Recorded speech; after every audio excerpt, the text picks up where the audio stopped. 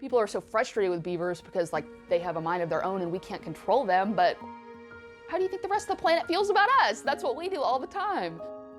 My name is Jayne Willard. I am a first-year grad student here at UNC. I work here in the Carbon Shed Lab, which is in the Department of Geography. I study hydrology and specifically beavers. As we're going through time, water is becoming less consistently available and less clean and healthy and ready for us to use. As an environmental science major, I always, cared about the earth and wanted to save the planet, but didn't know what my field was going to be. And then I think it kind of dawned on me the importance of water. So when I'm thinking about like what field am I going to go into, what is my career going to be, like that is going to be a career-long problem that we need to solve.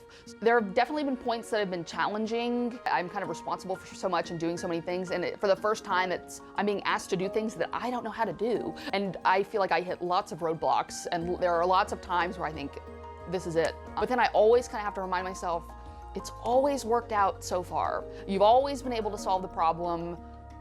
You'll probably be able to solve this. At this point, I'm definitely known as like the beaver girl. People know me for beaver stuff. Since I started working in this lab, nearly a year and a half ago, probably twice a week, I get people that send me things. They're like, oh, I saw this and I thought of you. And it'll be a picture of like a prairie dog or a squirrel or like things that they think are beavers. So I always respond and I'm like, oh, thank you so much for thinking about me. That's very sweet. Asterisk though, that's a capybara.